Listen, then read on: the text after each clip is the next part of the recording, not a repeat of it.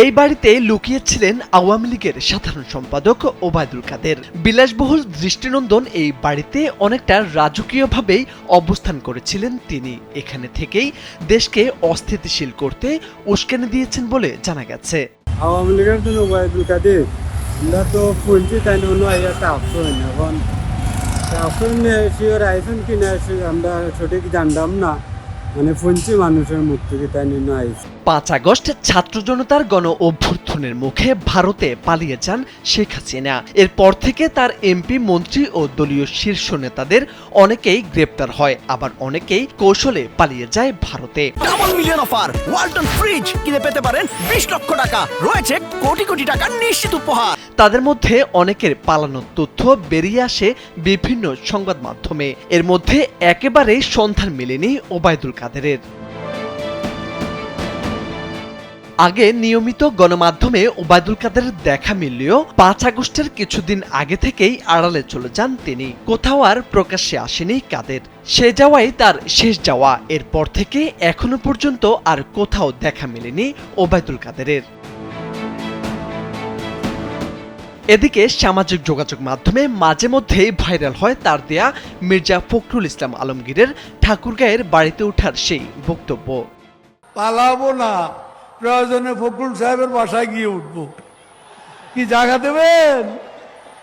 না হলে ঠাকুরগাঁয়ের বাড়ি আছে না, ওই বাড়িতে গিয়ে উঠবো। ঠিক আছে? পালাবো না বলে মাঠ কাঁপানো ক্ষমতাবান এই নেতা ঠিকই পালিয়ে যান, কিন্তু কোথায় গিয়েছেন, কবে গিয়েছেন তা সঠিক বলতে পারছেন না কেউ। তবে সম্প্রতি রহস্যে ঘেরা সিলেটের এই বাড়িতেই ওবায়দুল কাদের ছিলেন বলে গুঞ্জন উঠেছে। সিলেটের মেজরটিলা পূরবী আবাসিক এলাকার বিখ্যাত কাজী ক্যাসল ৩০০ কোটি টাকার এই বাড়ি নিয়ে সম্প্রতি উঠেছে নানা গুঞ্জন। বলা হচ্ছে আওয়ামী লীগের সাধারণ সম্পাদক ওবায়দুল কাদের ৫ আগস্টের পট পরিবর্তনের পর থেকেই এখানে আত্মগোপনে ছিলেন এবং পরে সময় সুযোগ বুঝে ভারতে পালিয়ে যান। তবে এ বিষয়ে এখনো স্পষ্ট কোনো তথ্য প্রমাণ পাওয়া যায়নি। আমরা তো পরবর্তীতে শুনছি ওগুলা যে ইন্ডিয়া যাওয়ার পরে উড়িছে যে ওগুলা যে ওখানে আসলাতে, তবে এগুলা সঠিক কিনা তো আমরা তো জানি না। এদিকে ওবায়দুল কাদের আত্মগোপনে থাকার বিষয়টি অস্বীকার করেছেন কাজী ক্যাসলের বাড়ির কর্তৃপক্ষ। তাদের দাবি ৫ আগস্টের পর থেকেই বাড়িটি খালি রয়েছে এবং কাউকে বাড়িতে প্রবেশ করতে দেওয়া হচ্ছে না।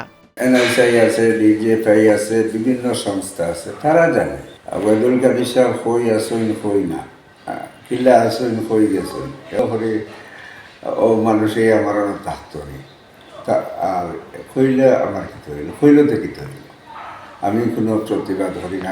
আমি প্রতিবাদ করি আল্লাহর কাছে, মিশা কথা যারা হয়।